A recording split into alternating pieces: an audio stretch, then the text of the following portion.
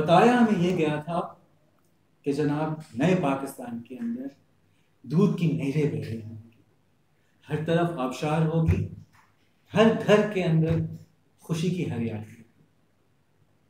बहुत अफसोस के साथ कराची वालों को ये कहना पड़ रहा है कि जनाब इस तरह का कुछ नहीं हुआ। हमारे घरों पे क़यामत टूटी है, हमारी दुकानों में क़यामत टूटी है, लेकिन सबसे बदतर बात यह है कि हमारे बच्चों का मुस्तक़बिल हमें नज़र नहीं आ रहा। क्यों नज़र नहीं आ रहा? क्योंकि तालीम का मसला बहुत बहुत गहरा हो चुका है। आज कराची के लोग अपने बच्चों को स्कूल से इसलिए निकाल रहे हैं कि या वो अपने बच्चों को स्कूल की फीस दे सकते हैं, या वो घर के अंदर रात में खाने की टेबल पे खाना दे सकते हैं। सामईन, तालीम वो चीज़ है जो इस रिसेशन के अंदर, जो हालात के अंदर सबसे बड़ी कैजुअलिटी बनी। एक वो ज़माना था जहां हम कहते थे कि कराची में सब 6 से 7 बच्चे स्कूल जाते हैं, हर 10 में से 6 से 7 बच्चे स्कूल जाते हैं। आज वो नंबर 6 से 7 नहीं है, आज वो नंबर 5 से 6 है। अगले 5 सालों में वो नंबर 5 से 6 भी नहीं रहेगा, तो 2 से 3 रहेगा। ये एक बहुत बहुत बड़ा क्राइसिस है जो हम देख रहे हैं, आ रहा है। लेकिन हम ये नहीं कर सकते कि आंखें छुपाकर साइड पे बैठे, हमें इसका हल सोचना है। जनाब आज जो है वो 1500 रुपए की जो फीस देते हैं, उन्होंने भी बच्चे स्कूल से बाहर निकाल ली। आज जो 40,000 की स्कूल की फीस दिया करते थे, उन्होंने भी बच्चे स्कूल से निकाल ली।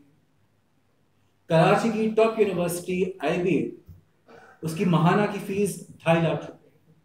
इस वक्त लोग बैंकों में लोन मांग रहे हैं कि वो फीसें पूरी कर सकें। सामीन, पहले ये दौर था कि हम ये कहते थे कि ये दूर दराज के मसाइल, किसी गांव गोट के मसाइल। आज हम ये बात कर रहे हैं कि कौन से डिस्ट्रिक्ट की मसाइल हैं। कराची में सेंट्रल के मसाइल हैं, कराची में कुरंगी के डिस्ट्रिक्ट के मसाइल हैं, कराची के ईस्ट में यही मसाइल हैं।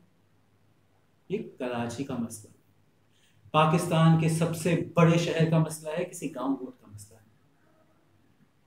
आज जब हम तालीमी सेक्टर को बिलूम देखते हैं तो हमें ये पता चलता है कि वो लोग, वो काबिल लोग जिन्होंने डबल PhDs की हुई हैं, आज उनके लिए भी नौकरियों की जगह नहीं है। सड़क पे लाके खड़ा कर दिया गया है उन लोगों को जिनके पास इल्म है, और कहा गया है कि हमें आपकी जरूरत नहीं है। हम खींच तान के किसी तरह ऑर्गेनाइजेशन बचा लें, अपने स्कूल बचा लें, यही बहुत है। जनाब आली, इस तरह समाज कभी तामीर नहीं होती। समाज में तमीज़ और तमद्दुन का फुक़दान सिर्फ और सिर्फ तालीम की कमी की वजह से आता है। कहाँ नबी पाक ने हमसे ये कहा कि चीन जाओ तालीम के लिए, और कहाँ ये कि हम स्कूल जो 10 कदम के फासले पे, हम वहां तक नहीं जा पाते।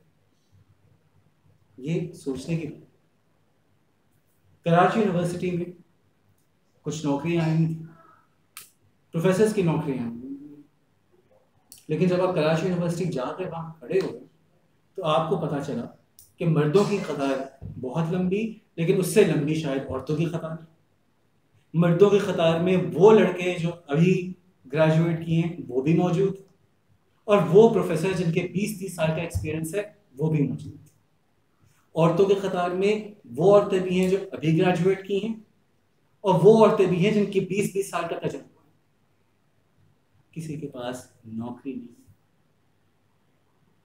फिर हम बात करते हैं कि साहब नौकरियों की बात मत कीजिए, कॉलेज चलना है किसी तरह से, HEC ने हमसे पैसे खींच दिए।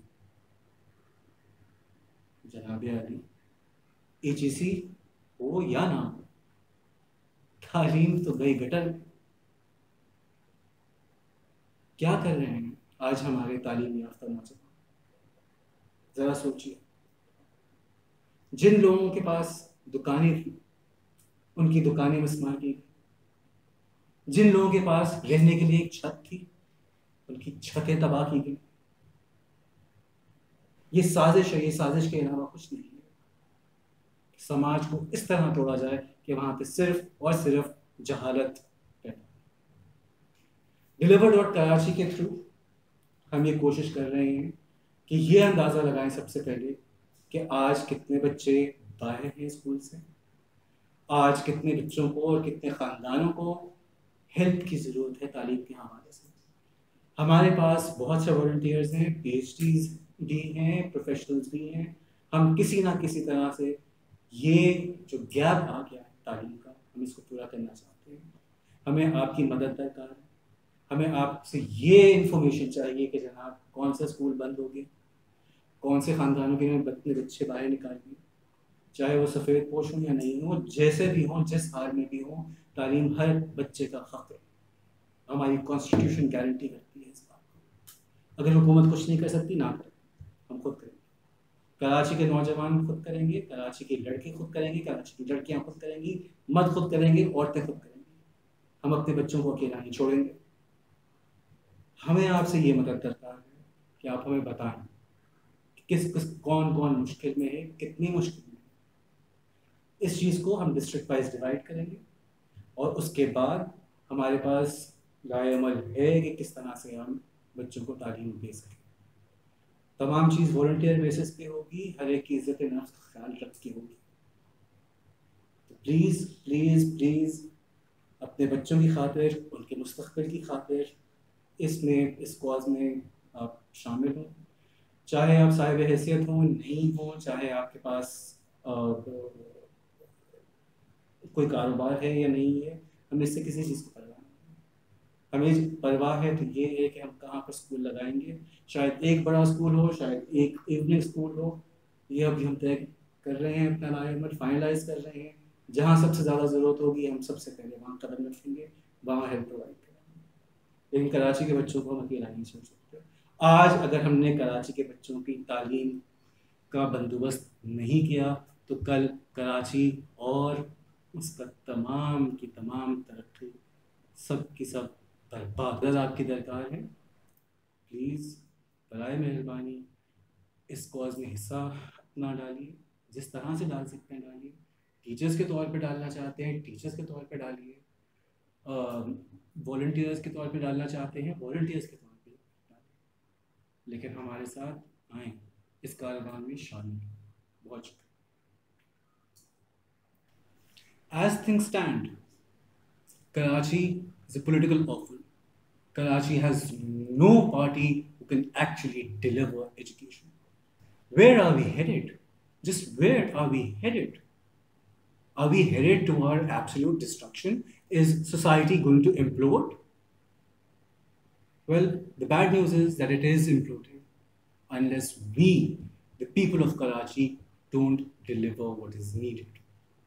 So please, please, for the sake of this city, for the love of this city, and for the love of the new generation, come and join us.